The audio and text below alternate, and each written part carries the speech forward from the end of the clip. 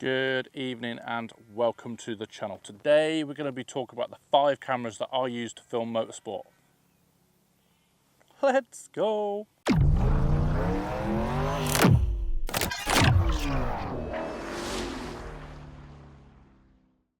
So as I said in the intro, we're going to be talking about the 5 cameras that I use to film motorsport. If you didn't know, I'm currently filming the Britcar Endurance Championship for the Army Sports Car Racing Team. If you don't know what I'm on about, here's a link up here, follow that. Here's a playlist of the Britcar Championship so far. I'm currently filming a documentary called Against the Grain for the team, and I'll be following them along throughout the whole year. 8 rounds, 8 episodes, at least 8 episodes anyway, because there might be some sneaky ones in there. But yeah, having a great time so far. The last episode was at Spa, episode 3.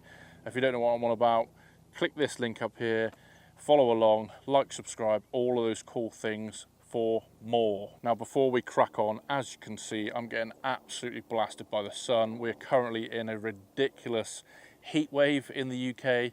I've also not long just come back from Spa, so my car is still absolutely brimmed with kit. But yeah, pre-warning, I may go in and out of exposure. Probably not though, because I'm just getting absolutely blasted right now by the sun. Anyway, let's crack on with the first camera. Very first camera, or cameras, I have it in a group, so this is still going to count as one camera, is the R5 Mark II, and I'm currently filming on the R5 Mark I. So I use the R5 Mark II for filming. I usually have the 24 to 70 on this, the everyday lens, the daily mule, horse, workhorse, whatever you want to call it, the 24 to 70, which is on the Mark I at the moment. Pretty similar image. Canon's not going to like me for this, but pretty similar images as far as video goes. The plus side for having the Mark II is that it has a fan at the back, so it's going to reduce the likelihood of overheating, and also it films C-Log2, which is a more forgiving log profile. I'm not going to go too much into it, but this is a particular camera that I use all the time throughout the series so far. I do use the Mark II and the Mark I, like I said. I mainly use the Mark I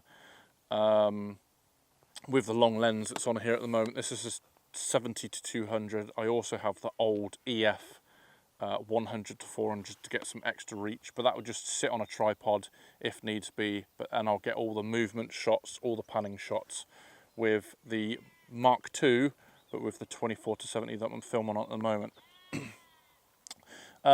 Not necessarily camera related, but I don't know whether I've mentioned it before. I may have mentioned it before. I use this shoulder rig, which, as you can see here, goes down to a tiny little rectangle.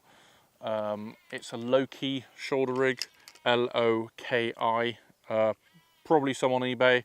I'm pretty sure you won't find any brand new, because I've been informed by colleagues that they have gone out of business. But basically, without getting it out too much, the handles will come out. The shoulder obviously go into a shoulder rig bit at the back, sorry, go into shoulder, and then the camera sits on top. And what that enables me to do, I'm going to get bitten by some horseflies in a minute. What that enables me to do is to get nice steady shots. I can get down low, I can get on my knees, I can stick it on the floor, I can adjust this to use it as a low tripod if needs be. Literally this folds up and down, that sort of stuff. Originally the kit come with wheels that you can stick on the bottom to use like a dolly, but I don't use that. And it also has a tripod mount at the bottom, which I very rarely use. I'll only use, not for motorsport, but I've used it for work before, if I've only got the one camera, and or I've got 2 cameras, but doing a two camera setup for an interview, I'll just, instead of taking it all off, because it's a pain to take it off of this bit, I would just stick a tripod mount on here. No dramas at all. So that is the low-key bad boy that I use almost every shoot, really, without fail. It just gets it nice in the shoulder, nice height for POV, that sort of stuff, and it's very adaptable without, you still get a kind of a handheld look, but it's not all over the place. Now, I mentioned about a 2-camera setup, so that's some dramas that I will have with a 2-camera setup, because this films C-Log 2 and this films C-Log 3, but in order for me to both be consistent, I'll put them both on C-Log 3. Just wanted to point that out. Just like I said, just for interview consistency. I'm going to get absolutely beasted there by these bloody horseflies. So they're the big cameras, full frame, nice slow motion, nice crisp cameras, mirrorless, just really good cameras. And the dailies for the workhorses for the majority of the documentary. Moving on to various other cameras. So we're going to keep that as one camera, as the Canon R5. So that's one camera. Second camera is my DJI Action Cam 5 Pro. I didn't get the 6 in time, which I did mention. Oh, getting attacked by a ladybird this time. Did mention, sorry, in a previous video, which I'll link up here, about not being able to get the Mark 6. But it is what it is. And what I usually do is I use this iFootage mount. Let's see if you can see on here, look. This sick mount, it's so good. Oh, bloody horseflies. Yeah, really good. I think I've mentioned this before in previous videos. Real heavy duty. I can get that on the roll cage of the Janetta, and also I'll take this quick release bit off, and it's very, very adaptable. Without going too much into it, that is the mount that I generally use, as well as a suction cup if needed. But for the racing, at the moment, I haven't been using a suction cup because this has been good enough, and you're not allowed to put suction cups on the outside of the car. So, as you can see in the POVs, which I'll mention up here, I've been getting all the in-car footage and, well, in-car driver footage, and I've also used it for POV of the bonnet and POV of the rear spoiler, which I'll put in the clips just above. Great bit of kit. You can also, if needed, but I don't generally use it, you can also use the DJI mics to get some separate audio. But for the use case at the moment, I don't need an extra audio, an extra microphone, to be honest, because it's so loud in there. And the onboard mic that's in here, it's pretty good to get the ambient sound just for the background sound for the B-roll. I don't need the best sound like at all. It is a really good internal mic. And the trouble is of having a DJI mic, the separate mic, is you could be in danger of it falling off whatever the mount is, because it's so small. It could just fall in places it shouldn't fall. And ideally, what I would like to do one day, I might try this out, is to mount it inside the engine bay, so it will wirelessly link to this, and the audio will be. I need to actually test it out. I don't know whether you can do audio. I'll have to do it as two separate things. So audio for the driver if they're talking for this, and then audio for the engine, that sort of stuff. But I probably won't be able to get exhaust audio because A, they're on the side of the car, and B, I can't strap anything to the side of the car to get that specific audio. But anyway, that's enough about that. Great camera, so good. I really think it is upped the in-car camera quality. I would put the R5s, one of the R5s inside the car, but the trouble with that is I I've only got a cage for the R5 Mark I, and this mount isn't strong enough. I'd have to have at least 2 mounts, and I also don't want to distract the driver and obstruct the driver, because if it was a setup shoot and it was all choreographed, then happy days, I would have one of these big cameras. But because they're doing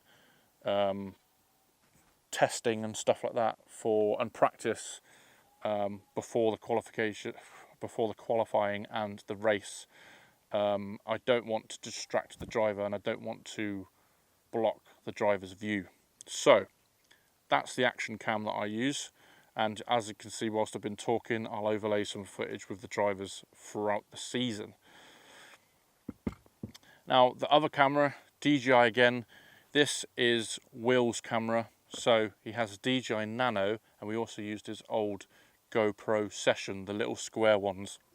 So the Session featured in Spa's last shoot, and we hard mounted it to the splitter. Basically, we tried to get it through from the back of the splitter shooting through, but the chicken wire was just an absolute nightmare. So we managed to hard mount it to one of the splitter rods. It was perfect, to be honest, and facing outwards. The only drama that we have had,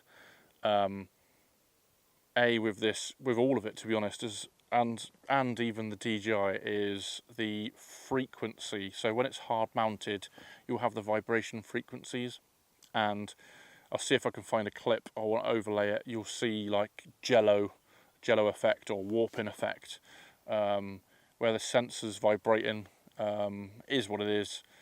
There's not really too much you can do about it, to be honest. Not that I know of anyway. Probably can. And I've tried it with Rocksteady and without Rocksteady. It's just the nature of the beast, to be honest. But that is camera number 3, which is including the Nano and the GoPro Session. Now, slightly off subject, but my conspiracy theory is that I feel like the Nano is exactly the same sensor and lens setup as the Action 5. And the reason why I thought they brought out the Nano, that I have no grounds of this, no one's paying me to say anything for any of these cameras that I've featured in this video, but I think that DJI had a ton of sensors and motherboards, or whatever it is, do you know what I mean, software, hardware, lenses, you name it, left over, and they wanted to bring out the DJI Action 6, but they needed to get rid of a ton of glass hardware, like I said, so they made the Nano as a separate product, but it happens to be exactly the same as this, which is mega for me, because when Will's using it for his POV shots, it matches with a D-Log-M, it matches the shots here, so gleaming. I just wanted to put that out there. I've been saying it to a few of my mates for a while. I think that's just my little bugbear in my head. There's conspiracy theory of the only reason why that's the only reason why the Nano came out. But so far, I think it's a great camera, and yeah, Nano Mark II is going to be sick. Anyway, next camera. Now this is a camera that I didn't think that I was going to be using, and it is a pain in the ass to process.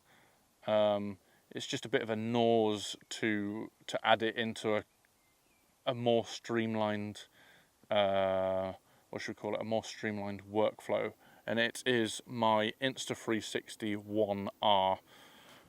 This is what it looks like if you've never seen one before. It's like a GoPro, but obviously it's got a 360 camera on it. It's a modular camera, so when you take this cage off of it, you can swap the brain bit out, you can swap this bit out to be like a GoPro, traditional GoPro, and I think you can have a bigger battery, but they soon moved on to different versions of this, so bringing out the Insta,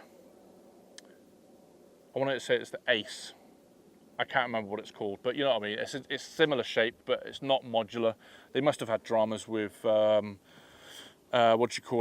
with waterproofing, that sort of stuff, and also if you're trying to do something modular, then you can't break away, so you've got like the X5, which is a standalone 360 camera, then you have got the whatever it's called, the Ace, that is another camera, and then you can branch off and probably make more money instead of trying to do different things with one setup. So that's my conspiracy theory of why they moved on from this.